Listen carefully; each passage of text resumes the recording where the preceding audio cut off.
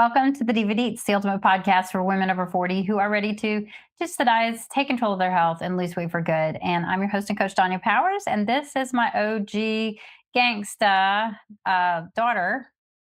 I don't even know what I was going to say, something cool. Leah Weiler. Welcome to my show. Thanks. I'm excited to be here. Are you nervous? Yes. Okay. What are you nervous about? What do you think is going to happen? I have no clue, and that's why I'm nervous. I got ya. Go like this. I mean, they can't see that. Yeah. No, we're good. So Leah, I've got it written down so I don't mess anything up because today's extra special. Leah is the founder of a company called Purpose and Rhythm, and she will soon be helping in my coaching program distance runners improve their speed in her coaching business with me. And then she's also the director of operations for my coaching company, which means she hears all of my crazy ideas before they're good. So she hears all about you guys. And so backstory on us: I was 18 when I had you. And so I didn't know how to do anything, let alone take care of myself. And somehow I managed to keep you alive, and I appreciate that. and we're moving forward in it. So I don't know what it was like growing up with a young mom. I don't know if I've ever asked you that. I know you used to hate it in middle school when I would come for lunch and they'd be like, "Oh, your sister." There's a lot going on in school. I mean, Yeah. kids can be really mean. So Yeah. I don't know. I mean, we grew up a lot together. We did. So Yeah. that's probably, you either get the long backstory version of me or you get the one sentence recap and you get to choose which one you tap into today. Yeah. But I mean, honestly, that's the truth, though. I feel like that's a really good description. I know there's a lot of young moms out there, and I just want to encourage you that it does feel like you don't know who you are, because this is all I know. So recently, you guys know that I became an empty nester, basically, and that has been way weirder than being a teenage mom, because being a teenage mom is like that's all you do. That is Yeah. literally all you do. So if this starts to climb up, just tell me, because it like just come over and it down. has like it gets like it's got silk in it, and I'm trying it out today, and it goes like that. So anyways, That's the people, style. the people listening are like, "What's happening to her head, man?" It's like cone head if you picture cone head. So, but anyways, so I feel like you becoming a mom for me has been a fun season. That's good. It would be bad if it was like, man, this has been really hard. Well, I think that's true for some families. I think sometimes their kids are not ready for it or something, but you were definitely ready to be a mom. That's- So I'm excited about it. so when you were little, you wanted 7 children.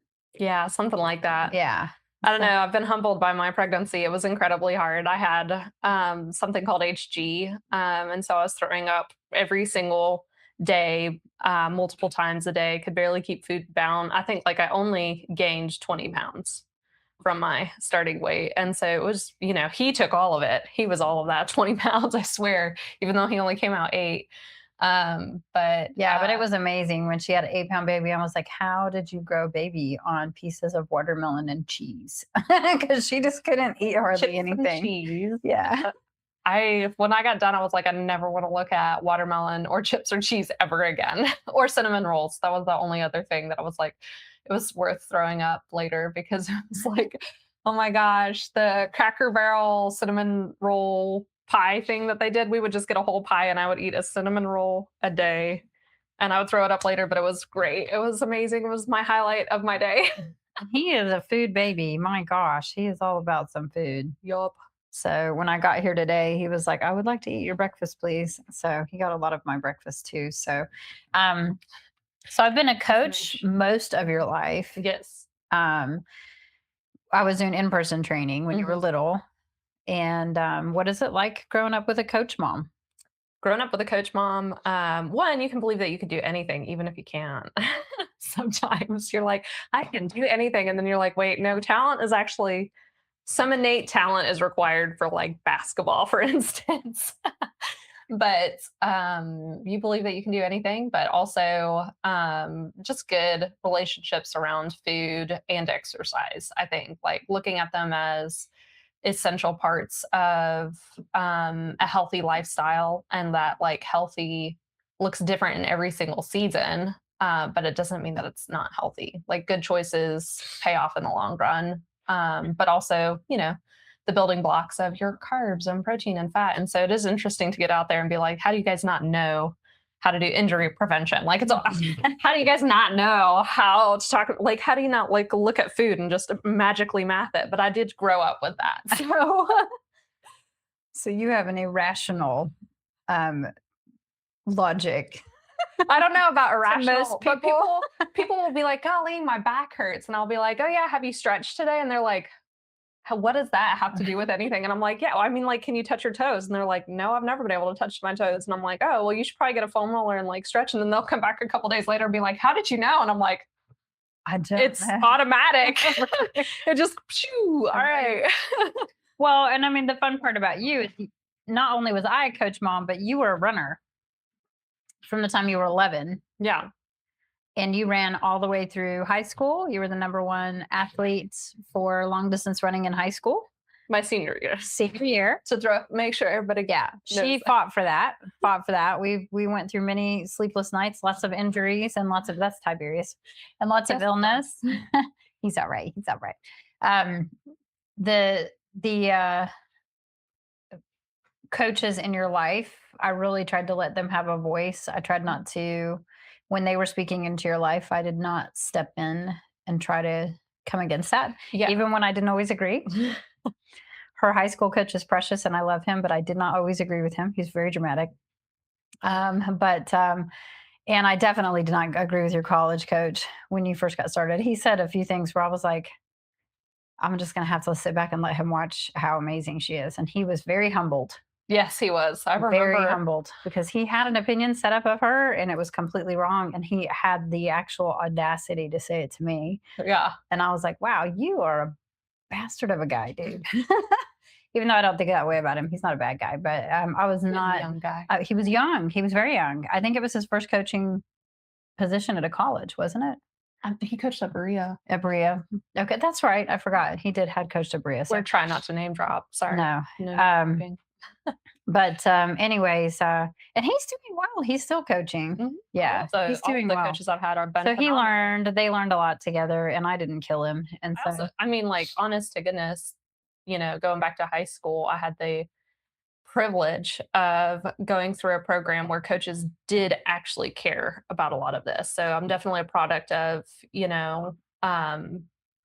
I did not realize how good I had it until I got into college and started coaching collegiate running. And it is amazing, the programs out there that like phenomenal runners come from still, but like Tiberius, come here. What are you doing? Time for bed. Poor buddy. He's been so quiet and we started podcast and he's like, I must chew things and get into things. So guest star Tiberius. Right. We should definitely credit him in the credits. Be like Tiberius provided the sound effects. Yeah. So you had coaches. Yeah, they did a phenomenal job of like really breaking down like how nutrition played a huge supporting part of running. Like I think people don't acknowledge the support parts a lot of a program, right? They're like, oh, it's just running. You just go run. As long as you run, you can do it, And there's a lot that goes behind the scenes. Like you have to have the nutrition to support it. Mm-hmm. And we had somebody come in, you have to make sure that your body will still be able to function after you get done with that season. And we had a yoga instructor come in and do yoga with us, and we ice bathed and we foam rolled. And it wasn't until I got to college and I was like, where's the ice? And we lift weights and did injury prevention and had a phenomenal athletic trainer. Yeah. Shout out to all athletic trainers out there.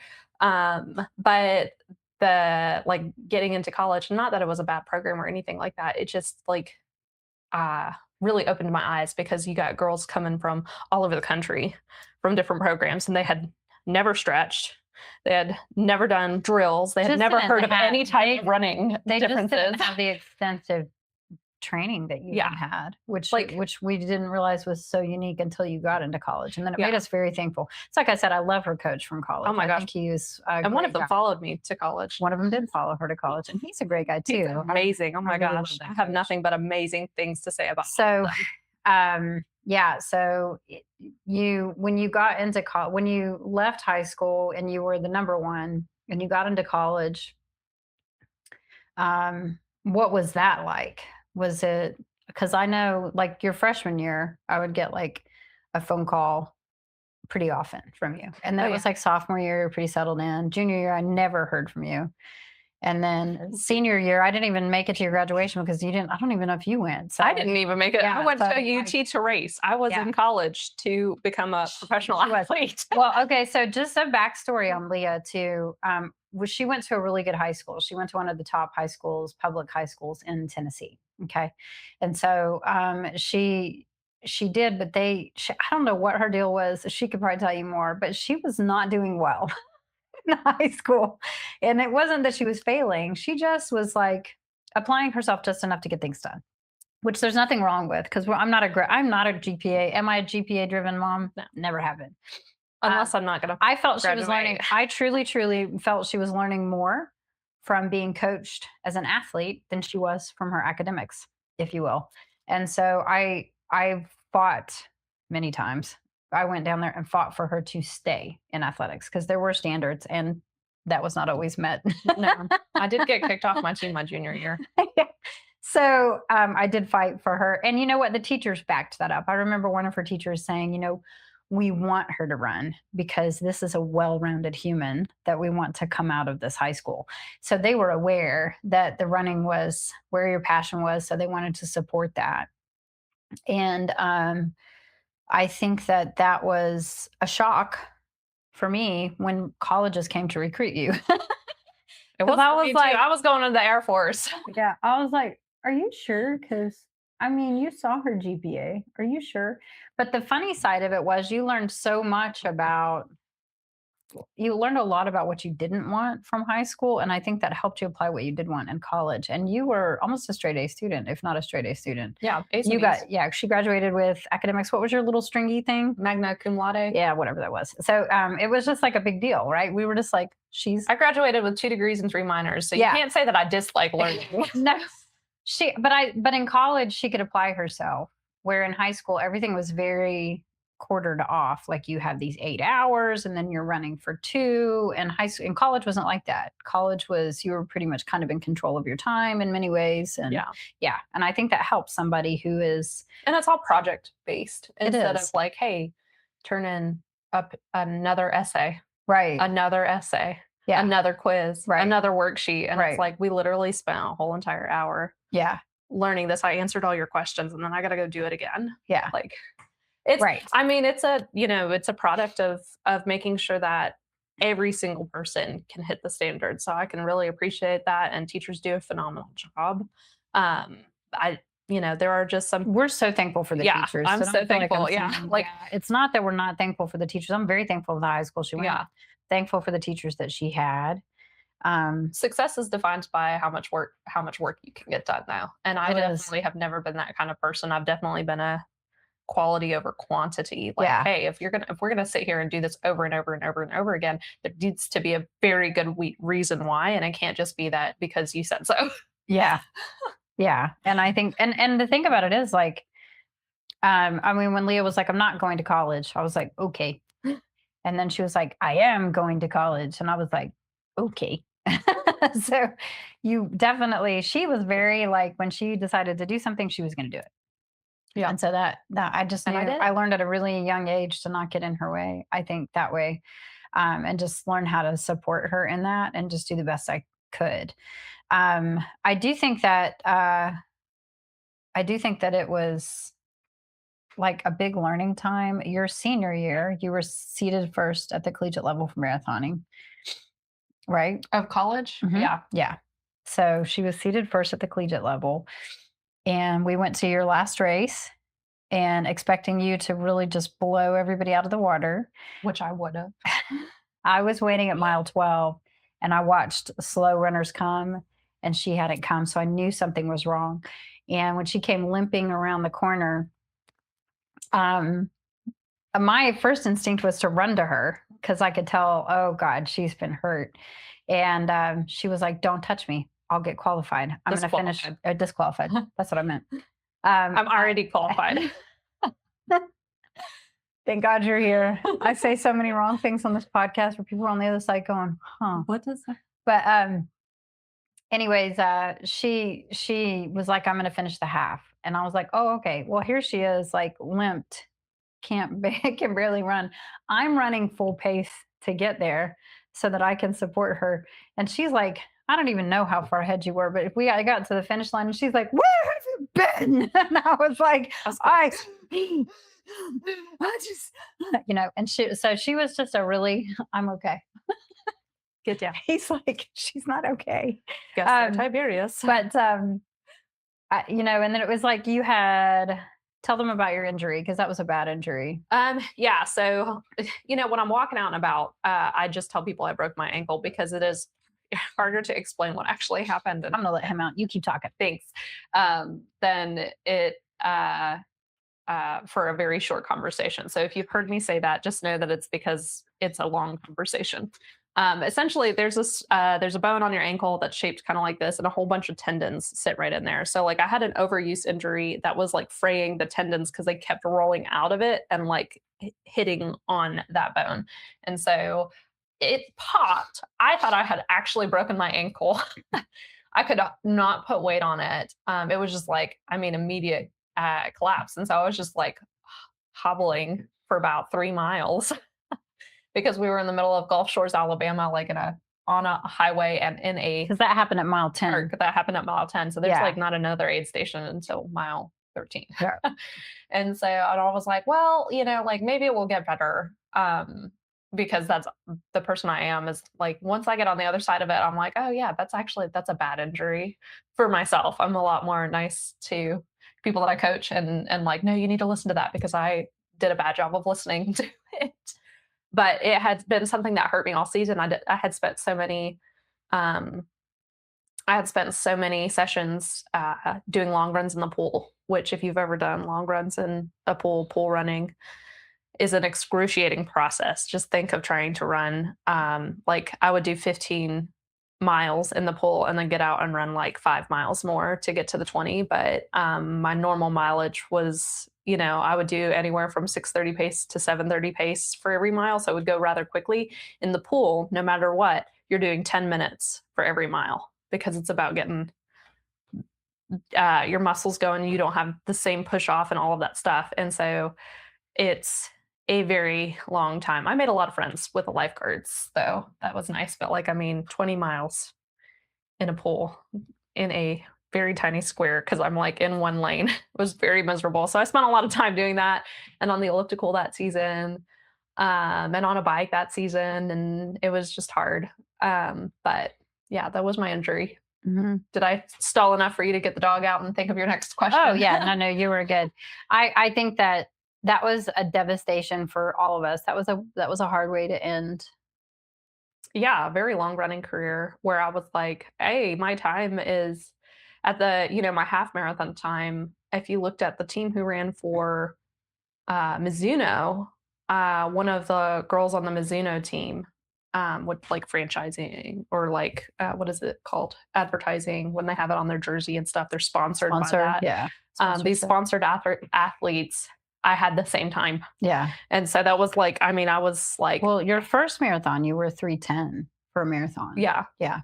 And so it was definitely, and I was like, it was going to be under 3 hours by a lot. If I remember correctly, it was like 10, 15 minutes. It was going to be crazy. And so it was definitely just like a big blow. Yeah. It was very disappointing. And then to go straight into coaching in that unhealthy time was just so hard. And then I wandered around and did a whole bunch of stuff after that. Mm-hmm. But I still run. I just, I run half marathons, 10Ks, 5Ks, mm-hmm. a lot slower than I used to because I don't run for 3 hours a day every single day. You haven't really done a half since you had baby dude. No, I haven't done still real recovering because when you do have a crazy hard pregnancy, now you have muscle loss. You're a lot of muscle loss, and she's still recovering. And so you can do what, a 9-minute mile now? 1 mile at 1 mile at 9. Yeah.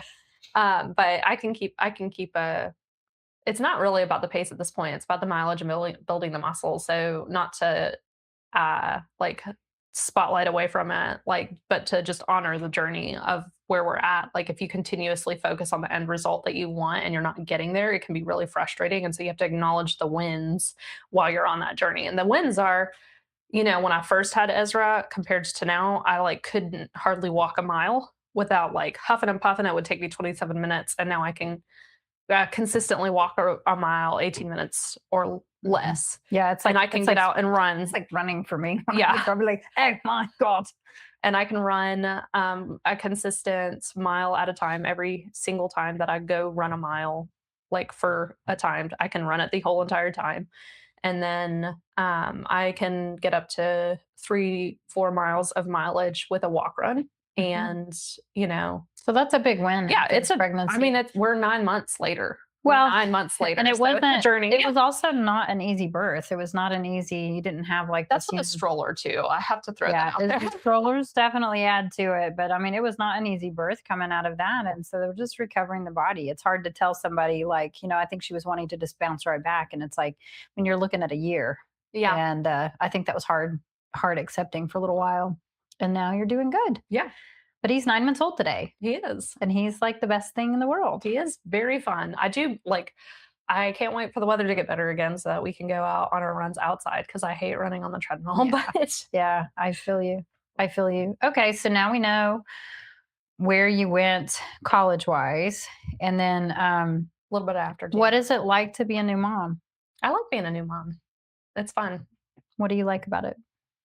I mean, he's a human and he learns like every single day. It's something different, something new happens. His face changes.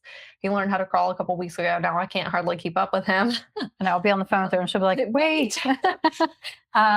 He's definitely learned. I mean, he's just got a little personality and it's growing. And it's just what an honor to shepherd somebody to an adult and get a space where like you're not really having to focus on instilling behaviors or anything yet. You just get to enjoy the part where you're keeping them alive. Yeah. And so fun to be present. I mean, there are some times that I'm pulling out my hair and I'm not a stay-at-home mom because I just think that I would probably go crazy. Not knocking anybody who's a stay-at-home mom. No, but like not at all. I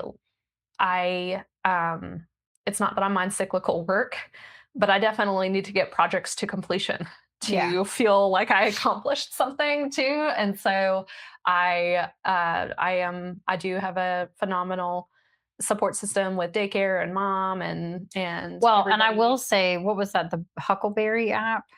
Oh my gosh, I'm such a data nerd. I think that was life changing. And listen, I was like on this side of it going, because I'm such a reactive parent. I responded and parented that way, which there's nothing wrong with that either.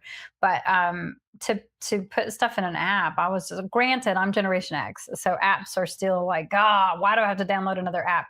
But no, she did this app, and then I was like, if I was watching Baby Do, because I watched him quite a bit when it was first starting, that she was kind of going back to work and different stuff like that, and she would be like, he's gonna take a nap in 7 minutes according to this app, because all the data. And sure enough, 7 minutes later I would lay him down and be like, well, son of a gun. You know what I mean? So if you are a new parent, would you not just recommend that app? Absolutely. It was and it paid here's for the paid version of it. I think it's well worth the investment. on a deal. It was on a deal. I paid $35 for the whole year. So like, don't pay it when it's full price. Wait till it comes out on a deal because it's worth it. But I mean, the comfort it provided me, because I remember sitting in my living room and like, I love my husband, but again, I had a really hard pregnancy. I could hardly bend over without throwing up or anything. So like, you can imagine my house was a little bit of a wreck. Yeah. And Matt, my husband, did a really phenomenal job. He did. And even like, it was bad because Matt would be like, can you come stay with her if he had to go out of town? And it was that bad. She would just literally get up to throw up and then lay back down. It was just that bad. We would go for a walk. And I would be throwing up the whole time, like every 2 steps. I was like, I'd be like, hang on. Okay, let's go. I was like making her walk. I was like, you're going to want to have this. I know this is hard, but it's just so important to get movement. And it was bad. Yeah, it was so bad. But anyway, the app. Next to the app. So like, I'm watching, the housework pile up, and you go through outfits because you don't learn that the frills of the diaper go out until you have a blowout and all of those things that you learn as you go through being a new mom. And so I remember being like, I am doing nothing. I'm doing nothing. I'm doing nothing. And it was so good to see, like, because I tracked everything. And at the end of a month, it would give you a report, like, and it would give you little badges and stuff like that. And so I learned that it's the equivalent of a full time job. I spent 40 hours a week on average nursing, nursing. I would change 20 diapers a day. I would, and so like it took those cyclical things and turned them into like, Hey, you this were is what productive. your time is. And it was just Yeah. a mindset shift. Like my husband, the whole entire time would talk to me when I was pregnant. He was like, "Your efforts are going into pregnancy." Because I'm a very productive person, and again, I like having projects to completion. And pregnant me did have projects through work because that's like literally all I could do is I would make it to my desk in the other room because I went completely remote after about a month. And Yeah, it just wasn't possible. they took a roll off me and everything so that I could just be behind the scenes support and do what I needed to do. And they were so amazing and supporting me through that journey. But like, I would literally go to the desk in the other room and I would go back to bed. and, sometimes I'd be like, I had little throw up bags everywhere, everywhere, like everywhere. You guys had the little airplane vomit bags Yeah, so that you could twist it so that you didn't have everywhere. to smell. And I still even have some of those at my house. I have them in my backpack still. Yeah, we had them They everywhere were so back that she there could still. vomit when she needed to. Yeah, It was just part of life. And we also came here for all the holidays. every single, and I would host and I would be like, hang on. Bleh. Not She wouldn't throw up with us. She'd No, go I in the would go to the bathroom. But we tried to keep her near familiar porcelain Yeah. just for that. So we did like Christmas. We just stayed here for Christmas. Yeah, we did the pumpkin painting party. That was, Yeah. and it was like, I missed my people. It was so odd. Anyway, I Yeah. could talk forever about this. 'cause No, it was a it's good. journey. I mean, this is great though, because what struggles have you taken from early motherhood that you're applying to your business? Oh yeah, I did not know how to use time wisely before I had a child or before I even got sick. Then I feel like I was it's never that I was bad at it, right? Like it's just learning how to compound everything. Right. And it is definitely a huge focuser of like my priority is to be um mom and domestic CEO. That is always my priority. Everything I do is in support of that. Yeah. And so I mean I'll be like I can't do that. And it's weird to tell people that I can't do something. Right. But like I'll be like I can't do that. Like I mean that's just going to add too much and that then becomes this escalation into my life of like then I'm stressed out with Ezra because I'm trying to get stuff done while I have Ezra in my I don't want to be that way. I want to be a very present with him as he goes through the stuff with the time that I have with him because I get 6 hours a day. 6 hours a day. I mean, And he's goes to asleep for bed. 2 of those. Yeah, he goes to bed. What, 6:30, 7 o'clock? 6:37. Yeah, at night. So he likes his sleep. He does. And his naps are, again, like I get him for 6 hours a day and he's asleep for 2 of those. So like I get 4 hours. Yeah, And that's, Nikki gets 6 hours with him. I get 6 hours. It's not like, and then of course he's asleep. And when he's sick, I have more time and all that jazz. And Wednesdays I spend all day with him. But like when you really like take everything out, it's like, oh wow, like 6 hours a day. And you realize how fast the day goes by yeah, and how quickly things change. Yeah. And so everything is in support of me being a domestic CEO and mom. Mhm. And so, but it also like, I mean, it shifts how you view other things too. Like what? That's a great question. I'm so glad you asked. What? I mean, what has it been like understanding what I went through as a parent?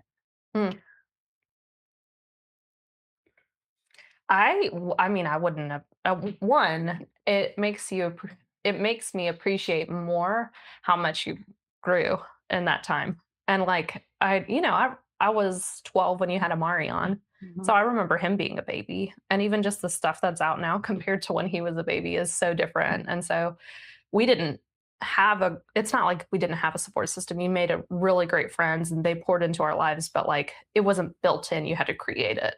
Mhm. And Yeah, I didn't have a family support system. no. And so like No. you had to go out and make connections and make friends and do all the stuff. And I realized how lucky I have it because mine's pretty built in. I mean, Mhm. I only had to go find Nikki. Yeah, And that's just because I do run a business and I Yeah. can't be here all the time because probably I would be like, sure, I'll do it. Well, I But mean, I don't want you to be like primary babysitter. I know that you no, enjoy it, but I want yeah, you to continue to enjoy it. it Like, is fun. I do. I come every Wednesday. yeah, Um, we get to have a lot of adventures we do. and we get to do a lot of vision casting. Yeah, it is. Good It's things are fun. coming to Yeah, the divas. to If the you have divas. not been attuned to mom's Danya's social media, Yeah. you should at Mm. Danya Powers at Empowered Coaching Danya Powers DC. Yeah. DC. Yeah. Danya Powers DC for Empowered Coaching. So, yeah, Yeah. perfect. Okay. So, let's talk about Purpose and Rhythm. What is this beautiful business that you created? Oh man, this is where you know, you and I, if you look at a lot of our personality types, we're very similar in a lot of the things. And I think this is the one spot where we're probably different, where you're much more of a visionary and I'm much more of the support behind making this vision happens, which Right, I right. call an integrator, which is an EOS term so that we don't get sued. But like it's much more making that vision possible, but having phenomenal focus on the things that need to matter to make it happen. So, purpose and rhythm is scalable people systems. And what are people systems, you may ask, right? Like, what is a people system? I have it listed, but you, I'm going if to I need talk to about fill it. in, Don't yeah, worry about it. if I need to fill in gaps, I will. No worries. No, people systems are anything that people touch that you need to have defined, that you need to have structure around for them to have a phenomenal experience, whether that's for employees or whether that's for clients. That's really where I shine, is everywhere I've gone and every single role that I've built, I have found the purpose of each of those roles and implemented the rhythms to make the people who go through those life cycles have a lot of success. So, um, that always sounds really, really fuzzy and like really great. Like it's, oh, that's great marketing and stuff. So I figured that I would walk through a little bit more of my process to describe how I make that happen for businesses. And Okay. so almost always it starts with a conversation, a discovery of like, Not necessarily an easy conversation. no, I mean, it's not. Because I'll be honest with you, I built my business on reactive, just like I've done everything in my life has been in a survival mode fashion. Mhm. So like I sign people up for stuff and then I was like, oh, I have to build things for them. Yeah. And that's how have done everything. So when she would ask me questions, I'd be like, I don't know the answer to that. And I feel like I should. Yeah. But that helps her Yeah. because that's where she knows that that's where she knows chaos needs to be turned into something consistent. Yeah. So clarity out of chaos, right? Yeah. So we start with reality. Like, hey, what wow, we have a lot of sound effects today. I'm turning my sound off. My bad. Before you start a podcast, turn your noise off on your phones. The beautiful part about podcasts and the audience is like, they're human. So we start with reality. We want what is actually happening today. Like almost everybody that I've met with has really grand ideas for the future. So like it's not because they don't have the will to do this grand thing and either treat their employees or their clients really, really well with a white glove touch. Every single person that I sit across from, they want that, but we have to start with what's there right now because we can't get to that version unless we do a really honest audit of what exists today. And so that's really uncomfortable sometimes. Nobody wants to be told like, hey, nobody wants to have their magician behind the curtain exposed. Like, it's just rubber bands and paper clips. Nobody wants to show you the rubber bands and paper clips that hold the things together, but that's where we start. So this is identifying where work feels chaotic or unclear, where people are overutilized or underutilized, or where engagement or retention drops with either employees or clients. Again, a lot of what I do is currently client. You don't see me, but it's client facing, the client's experience. It is. And I think that you took a lot of what was confusion that I would be like, well, that's confusing. I'm going to put it over here. Yeah. and you've taken it, and it's not perfect yet because you just started working in my systems a couple months ago. Yeah. But even in the time that you've been here, you've taken what I had perceived as confusion, and you've made me feel like a more confident leader. Yeah. And I hear things back like, your business is strong, and here's the data Yeah. to support that. And here's what we need to work on. Yeah. Like it's never that sometimes you bring in a consultant or somebody to do a project and it's like, oh, everything's doom. And it's like, no, you're doing. Yeah. A lot of people intuitively can do really great things. But then when they start bringing people on board, they start bringing to their team because they intuitively do it. Sometimes they can't translate that down to, a checklist or, people make it transactional, but there's actually a little bit more to it. And these are the standards or the banks of your river that you need to stay between. So I'll talk a little bit more about that later. Well, Sorry. I think a lot of it is that companies don't realize that sometimes you're bringing in warm bodies, but you've misaligned the culture because of you're not taking them and utilizing them where they could really, really help your company. Yeah. And I think that's where you come in really handy. Yeah, it's part of because you're not coming in to like fire people. No.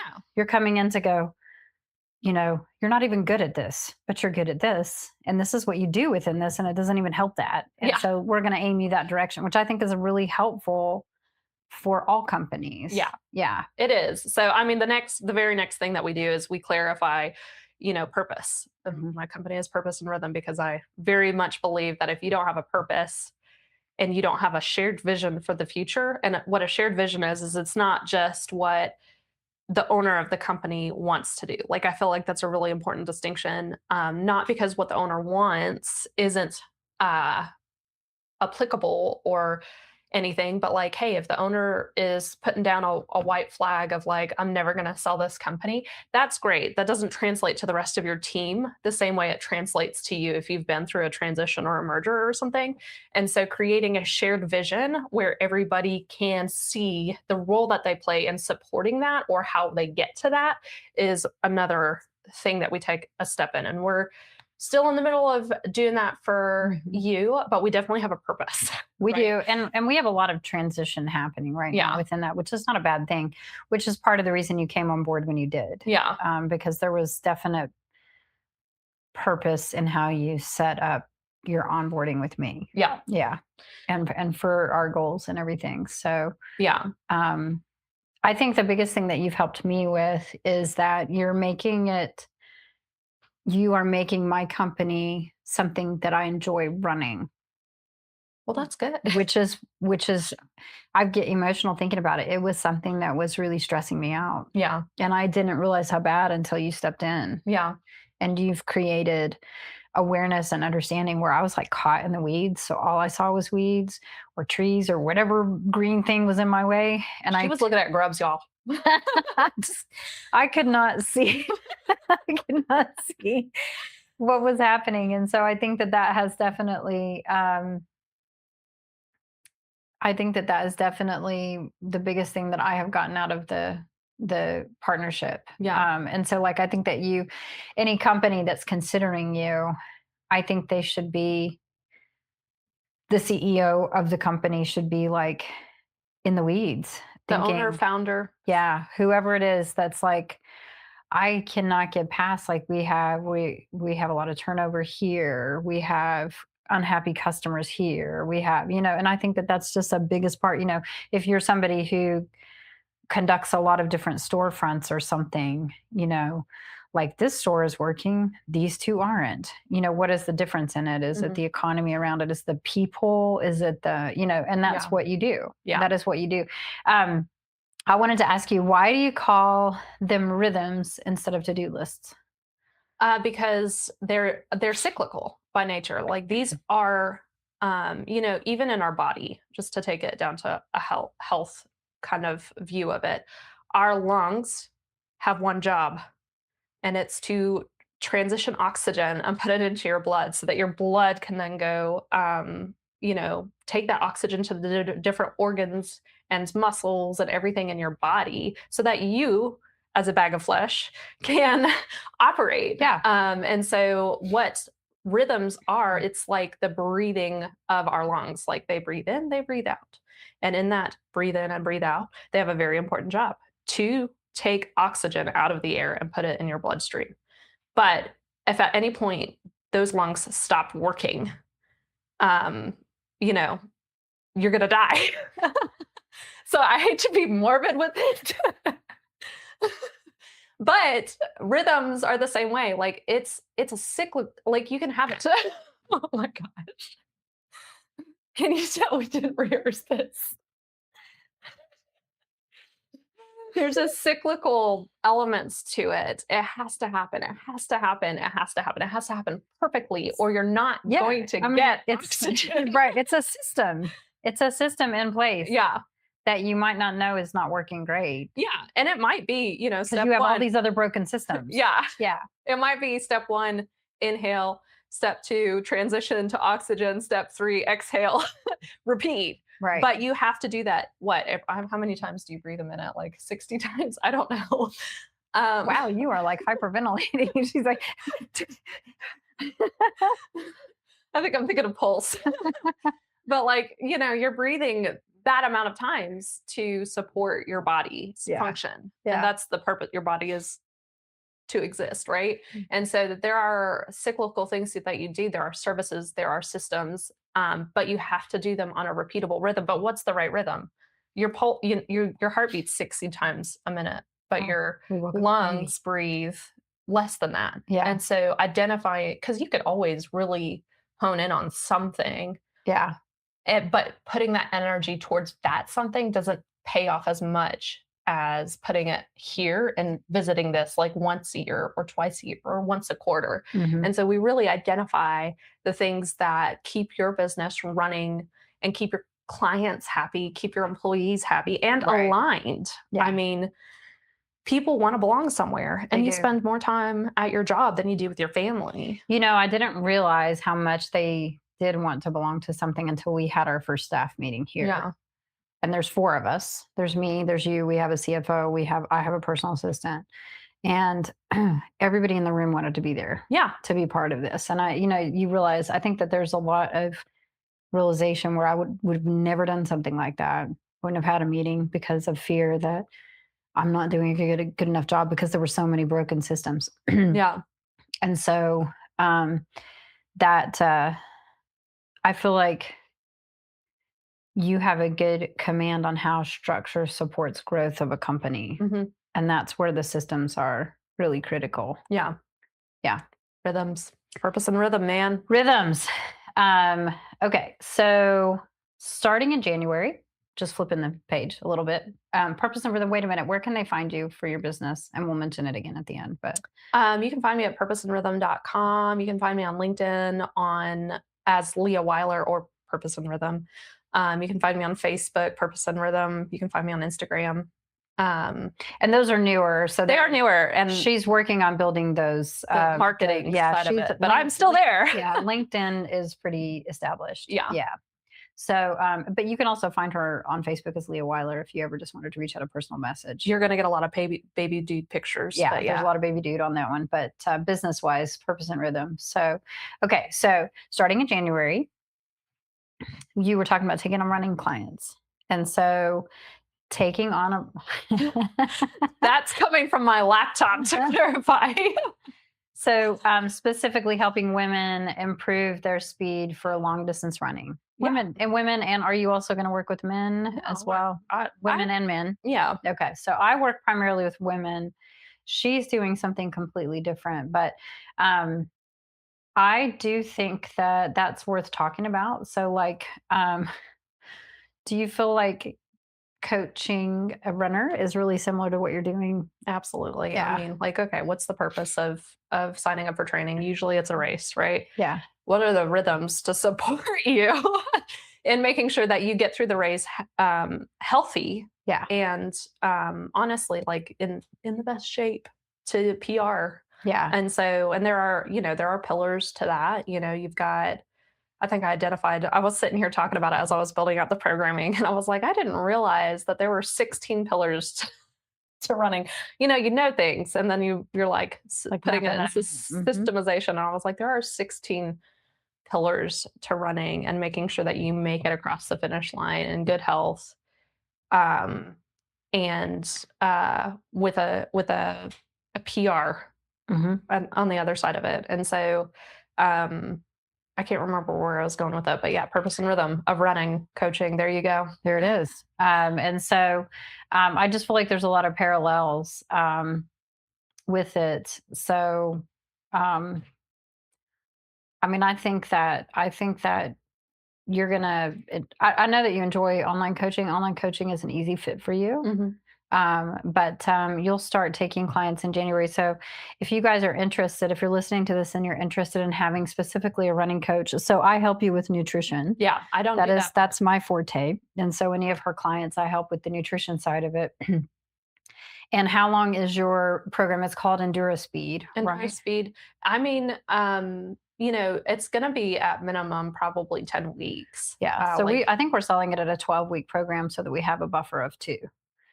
Does that sound correct? I have, yeah. I mean, I want to be, um, the word is not coming to me.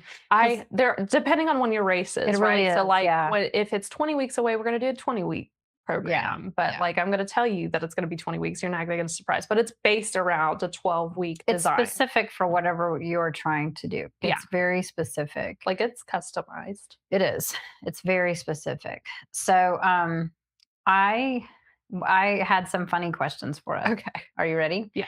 How do we work together without driving each other crazy? Sometimes we don't succeed at that. There are times when I'll be like, I cannot talk to you anymore. Bye. Yes. I mean, honestly, that's how we make it work. It's Yeah. like, hey, this is too much right now. I can't do Gotta it. back away from I've it. got to back away from it. And then we always come back in the end and we're like, okay, we're able to talk through this is why this is happening, or this is the feelings, or all of that stuff. Cause we've got a dynamic to maintain. Like we're not just business owner and business consultant, or boss employee, or head coach, support coach. Like we also are mom and daughter and grandma and mom and Because all she those is my things. support coach as well. So Yeah. she's helping me. I maintain what, 42 clients right now, 45. You have 41 currently. 41, somewhere in there. And she helps me to maintain, keep making sure that everything's in order for them. So she's a support coach in that To clarify, that's capacity. 41 of your one-on-ones. You have more than that. I do. There's more people in there. So that's why I was like, I don't know what the number is. When Laura was getting Christmas cards together, she was like, I was like, 150? Like what, how much? She was like, yeah, 150 sounds good. And then she was like, oh my God, there's 147. You can't send out any extras. I was like, well, crap. So next year we're ordering 200 so that we have extras. Yeah. But We'll get a better system in place for next year. we will. And so that's one of the ways that we work together, is just giving each other the space and the freedom to grow within it. Because sometimes there's just conversations where I don't feel heard, or she doesn't feel heard, or and that's normal. Yeah, I think I mean, that's this is totally part of the normal. human Yeah, experience, it right? just is. But like she said, we're trying to keep like these boundaries where it's like, okay, I'm wearing the mom hat. Okay, I'm wearing the coach hat. Okay, I'm wearing I don't know what to do because you're helping me with my business hat. You know what I mean? Yeah. So we try to like specify, because there is differences between our business and our family. And when we're here for family time, sometimes we talk about business, but for the most part, we both really like business, and we both really like It's a helping people, passion, and yes. we're both very passionate about it. So like we'll sit here and spitball, but not, no to-do list comes out of it. It's just kind of No. like dreaming. Yeah, and sometimes, like, especially like, not that we drink cocktails often, but if we have a cocktail in us, I feel like that will open up all kinds of fun things where Oh we my just start gosh, really yeah. painting these big pictures and we just talk. And the men are like, Man. I mean, they just don't get it, but we love them. But I mean, like as a woman-owned business, you can do things like, oh my gosh, my period is causing such bad brain fog. Yeah. Like, I just came from corporate. Yeah. And so that's like a total no-no. Yeah, Like you can't do that. you can't No. mention that you're human. No, I know. When I first started doing this podcast, my producer was like, "You're not going to dress business casual," and I'm like, "This is business casual." I mean, I'm currently wearing leggings. I've got my workout clothes on underneath a cute sweater, but it's also wintertime because normally I just have my shirt on. So I do have a new hot pink bra by Buff Bunny though, and I'm obsessed. I'm obsessed with it. But how do we handle disagreements, like growth moments? Like, how do we do that? I know we talk about like getting off the phone or whatever, but do you ever just like get off the phone and you're like, oh my God, I can't talk to my mother anymore? Yes, sometimes. Yeah. I mean, there's sometimes that's that way from you to me though too. I mean, Yeah. um, we're both, uh, I'm your daughter, right? So like we're Yeah. both demonstrative sometimes. We're both very passionate sometimes, and we're both very feelings oriented. And so sometimes it's like, I feel this way. And then you'll be like, oh, I didn't mean it that way. And I'll be like, okay, great, awesome. And Yeah. that's one of the ways that we do it. But like I think that some of the time, anytime that you're working with business owners, there's that Mel, I think her name is Gibson, but the let them theory. The let them let me, let them let me. Hmm. And so remembering to let you be the business owner or the grandma Yeah. or whatever it is in that And I moment. mean, And there's let moments. me Yeah. come back to my role because I have Yeah. a tendency to be like, There "That's- is times where I'm like, just the answer is no. yeah, stay in your lane." The answer is no. And I think that that has been great because I think we've already had a lot of wins together. We have a new app coming out. Yeah, We're customizing it. It's being custom built. so awesome. Yeah, we have We're it like 34% of the 35, yeah, way complete. and it's already like an up and running app. So we're super excited about it. And so I don't know. I think the biggest thing that I wanted to do is just sit down with you and show the world how amazing you are. Well, Because how thanks. much has my efficiency? Do you have my stats? Do you have my numbers like that you could rattle Yeah, off? I can pull something up. Because reality at the end of the day, it's all about what you can do for somebody. And I do think that my business is a great testimonial. Granted, I am a sole proprietor turned into LLC, and we have a very small staff. But I am very aware of how important as we grow the numbers are, and so we have some big expansion on the horizon for next year. And I didn't want to enter it lightheartedly, and in fact, had she not taken me on as a client, I don't know that I would have expanded. I definitely wouldn't have taken on the app.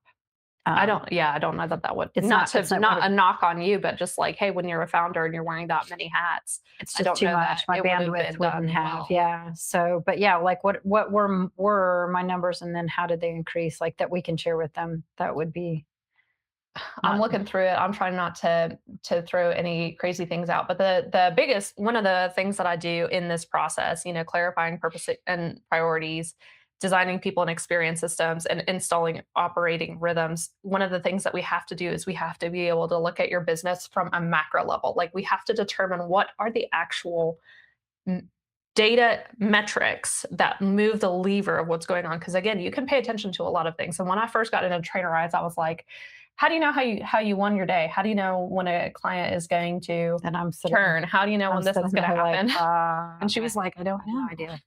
And so she has very low churn in her business. And then the retention indicators of engagement, workout compliance and adherence, and sign ins and stuff like that. Those all have steadily increased over time. I'd say it was about a 25% increase I mean, easily. when we started paying Easily. attention to that over 2 months, which is crazy. Some of that is also because she did step in as the support coach. So my awareness and bandwidth increased just by her supporting my business and what I do. Yeah. And so I'm able to coach clients better Yeah. and be able to wear my hat of coach. Yeah. Where in the past it was like, hold on, I have to go take care of this. Hold on, I have another fire to put out. And now I don't have any fires because you're covering all of those. And So again, that's a big part of why. But she made me aware of all those things that weren't being done, and that's where we designed your support coach role. But Yeah.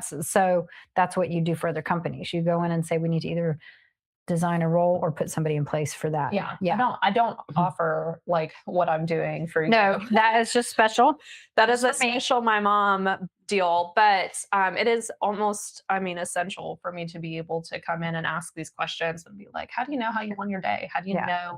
know when something is wrong, and how do you know how to go fix it? Like, when do Right. you get the feedback? And if the feedback that you're getting is that somebody left, that's far too late to get the feedback about churn. Yeah. And so now we have indicators that predict that. Once something's on fire, it's too late. It's too late. Yeah. Yeah. And so being able to get things in place, and again, I'm not trying to be intentionally vague about this, but there is some of this that it's like it's pretty, we want to keep it close to chest because it's internal operations. But the indicators that we have, and the fact that it kicks off an if this then that scenario, has helped us at least identify what we're doing, and we're putting in processes to help hopefully transition that churn energy into retention, because it's great against industry norms in the health and wellness arena, but again, when we're comparing to giants like Brian Mark and Janelle Wheel, and they're like, we have 95% retention rate, that's freaking amazing, so let's do that, that's what we want. Right. And so those are the things that we're kind of working on. And again, we're taking it from an operational side. This doesn't include sales and marketing yet. This doesn't include a lot of your social media. But we're taking operations and implementing this app at the same time. And I don't know that you would have been able to get on here and been like, we're 34% of the way complete. No. And Yeah. these are the steps that we need to take next. Yeah. Unless I had come along. No, I don't not to think toot my so. own horn. So we've just had an increase in engagement. We've had an increase in retention. The churn rate is lower. All the good things that you would want out of hiring Purpose and Rhythm to step in. Yeah. So I love that so much. Can people book a call with you from your site? Yeah, absolutely. Okay, go ahead and give them your site one more time and your socials. Purposeandrhythm.com and Purpose and Rhythm on Facebook, Instagram, LinkedIn, or Leah Weiler on LinkedIn. And you guys can book a discovery call and just see if she can help. The call's free. Yeah. It's really just a discovery to see if it can help you get clarity back to your business and help you improve, just like we have.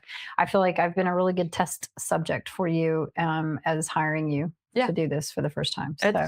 It's been a fun journey. Yeah, it really has. It has been a lot of fun. And also, if you're a woman over 40 and you are looking to maybe have a totally different 2026 than you have, we have a couple of things going on right now, but I would love to chat with you. I do have a 6-week challenge that is called Diva Fit.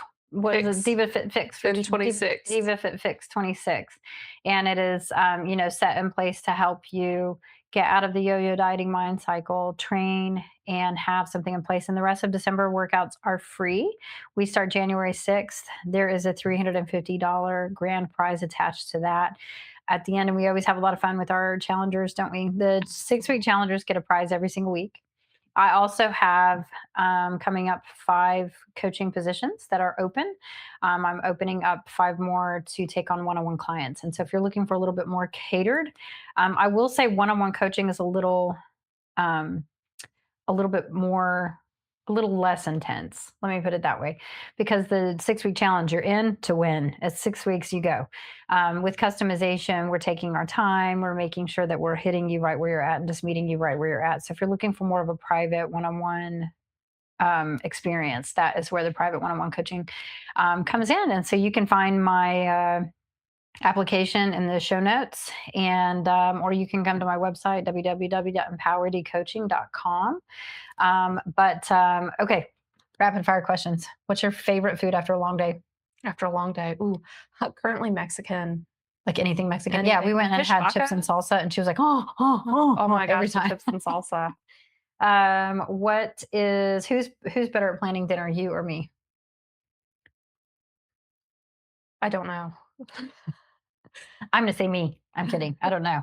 I don't know either. I feel like we're neck and neck on that one. You've had a lot more practice than I have. Maybe, yeah. what do you feel like is the biggest lesson that you've learned from me? And I'll tell you the biggest lesson I've learned from you. The biggest lesson that I've learned from you is just to, I mean, golly, how do you pick one? The biggest lesson, the biggest lesson, the biggest lesson. There are two things that I always attribute to both you and dad, right? Mostly you because you were primary parent, but like work ethic, both of you guys have a phenomenal work ethic. And I learned not to be scared of hard work, which is, actually getting increasingly more rare these days, I feel like. True. But then the other thing that I learned from you is just to never quit and don't look at your haters, man. They're fuel for the fire. Yeah, absolutely. Absolutely. The biggest lesson that I've learned from you is that I don't have to be perfect to create something amazing. Yeah. And I think that that's like if you look at who you are and the women that you've become, then I it's not that I can take credit for it all, but I'm very thankful. There's a lot of decisions I could have made back then and I didn't, Yeah. right? And so I'm very thankful for the fact that I've held on. And I think that that has been a lesson that has spawned me forward as a business owner because I've been a business owner pretty much your whole life. My whole life. Yeah. So, anyways, I hope you guys enjoyed this. Let me know if there's anything I can do for you. If you ever reach out on social media, Danya Powers on Facebook, Danya Powers EC on Instagram and TikTok. It is me that answers my messages. I don't have a VA. You can verify that. No VA. It is me answering all my messages, and I would love to chat with you. I hope you guys have the best day of your life. And if I don't catch you before the holidays, Merry Christmas, Happy New Year, 2026. Are you ready for it? Yeah, let's do it. I'm ready. I'm ready for it.